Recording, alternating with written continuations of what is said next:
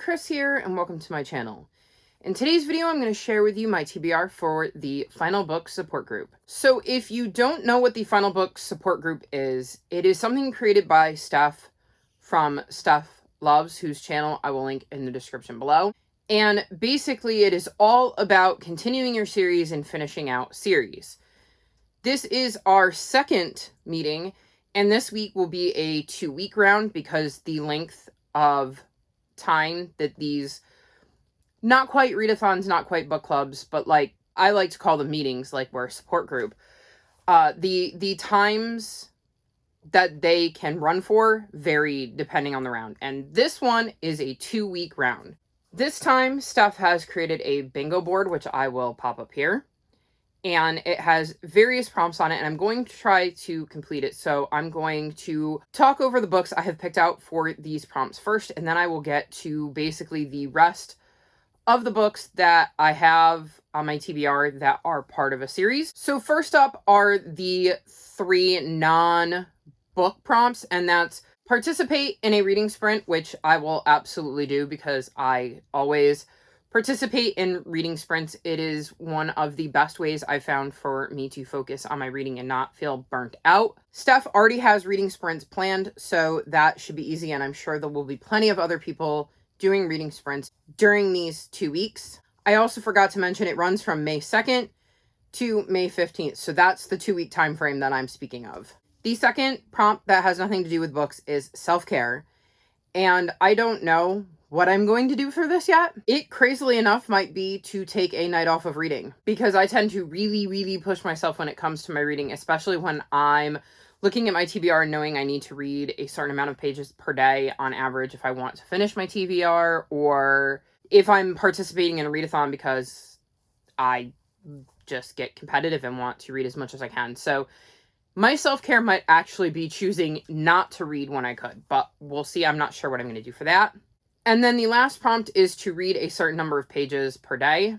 And if I take into account all of the books that I have on my TBR that are part of a series, I would need to read 300 pages a day, which I can totally do. But that's more of an on average thing. Like if you take all of the pages I read per day in a 2-week period, I could easily average 300 pages per day. But there might be one day when I read 500 pages, and there might be one day when I read 90.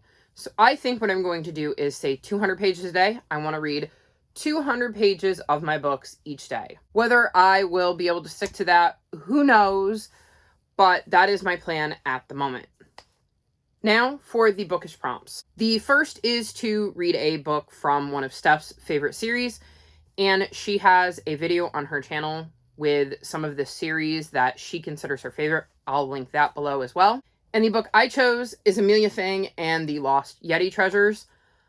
I was worried I wasn't going to be able to fulfill this, and I decided to check my library to see if they had the 5th book yet, and they did, shockingly enough. And it's actually the UK version, because it says £6.99 is what this cost, hence the blue sprayed edges as well. That's not something our copies in the US have. So I'm really excited to be diving back into this series. We basically follow Amelia Fang, who is a vampire, and she and her friends go on little adventures in each book. They're very cute and sweet, and I've just really loved the series, and I'm excited that I get to read another book in it and get one step closer to being able to check this series off. The next prompt is to read a book in a series that is a comic, graphic novel, or manga. And for this, I'm going to be reading What the Hex by Sophie S. Scabisi. And this is the second book in the Witches of Brooklyn series. And it is a graphic novel. I recently read the first book, and we're following a young girl whose parents have died, I believe. And she goes and lives with an aunt and finds out that they're witches and that she may have magical powers too. I really enjoyed the first book and am excited to be continuing on with the second one. I was worried I wasn't going to be able to find anything to fit this particular prompt, and that I would have to start a new series just to continue a series, because surprisingly, I don't read too many graphic novel series, but I had a few that did fit, and you might see another one of those options later, because I literally requested the 3 series that I had from the library, and it was all about which one came in first. The next prompt is to read a final book in a series, and for this I'm going to be reading Warrior Princess by Jodi Lynn Anderson. This is the 3rd book in the Maybird trilogy, and in this series we're following May as she ends up going to the land of the dead, and that is dangerous for somebody who is living, and is trying to find her way back home to her mom. I really enjoyed the first 2 books, and based on the way book 2 ended, I'm very curious to see what happens in book 3, and I'm excited to be checking a series off my list. Next up, you had to read a companion, and for this, I'm going to be reading The Land of Stories, A Treasury of Classic Fairy Tales by Chris Colfer, and this is a companion novel to his Land of Stories series. I've read, I think, every other book in that world except for this one, so I figured it was time to cross this off my list, and it felt like it would be an easier read because, like, it's, you know, fairy tales, and we have illustrations, like here's Beauty and the Beast. So I thought it would be a quick, easy, fun read, and would allow me to read the last Land of Stories book that I had to read.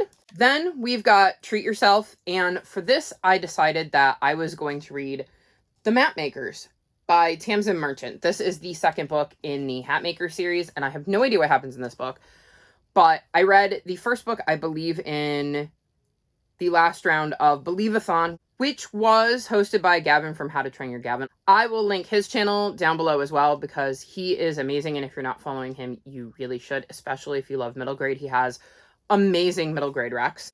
And I had pre-ordered this. It literally got here yesterday. So I thought, what better way to treat myself than to read a highly anticipated sequel that I've only just recently got my hands on. It is very hard not to just sit down and read it now, but it can wait a few days, and I can read it during the readathon. And the last prompt is to read a series vet. And for this, I'm going to read Island of Glass by Nora Roberts.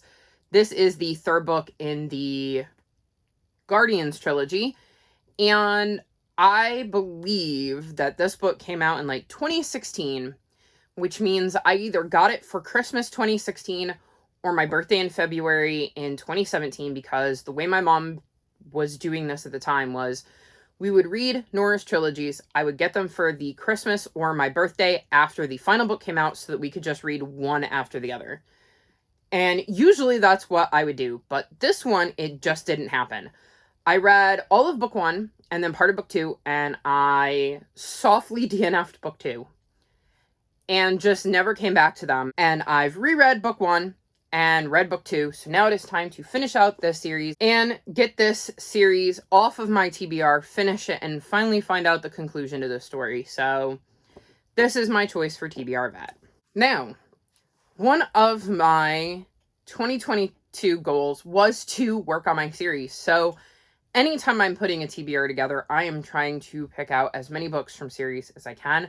So I have quite the stack of books that are parts of series that I'm working on, and if I have time, I would like to get to as many of these during the 2-week period as I possibly can once I get my priority books done, which are the ones that fit the prompts. So first we have Lodestar by Shannon Messenger. This is the 5th book in the Keeper of the Lost City series. This is a reread for me, but I'm doing it as part of Keeper Along, hosted by Pris from Pris Peruses, whose channel I will link below. And I am really excited to continue my reread of the series in the build to the new book coming out later this year. And so I would love to do my reread of the series during the 2 weeks. I've got A Case of Cat and Mouse by Sophie Kelly, which is, I want to say, the 12th book in the Magical Cats mystery series, which is a cozy mystery series that follows a librarian named Kathleen and 2 very special cats, Hercules and Owen, that I've really loved. I've got The Starlight Slippers by Susan Maupin Schmid, which is the 3rd book in the 100 Dresses series. And I don't know if this is a trilogy, but this is definitely the most recent book out, so it would catch me up on this series at the very least. And in this series, we're following Darling Dimple, who works in a castle for the princess, and she ends up finding a room full of dresses, and when she tries one on, it turns her into somebody else, and she realizes that these dresses have the ability to change her outward appearance. I've really enjoyed the series, found it very whimsical and magical, and would love to see what Darling is getting up to in this book. Then I've got book 8, The Pilgrims of Rain, in the Pendragon series. This was one of the series I had hoped to catch up on last year and didn't, so I can hopefully make some progress on it during this round of the final book support group. And we're at the point in the series, because I have been doing a reread, where I'm either to the point where I haven't read this book or I don't actually remember any details. So I'm quite curious to see what happens to Bobby and Co. in this book.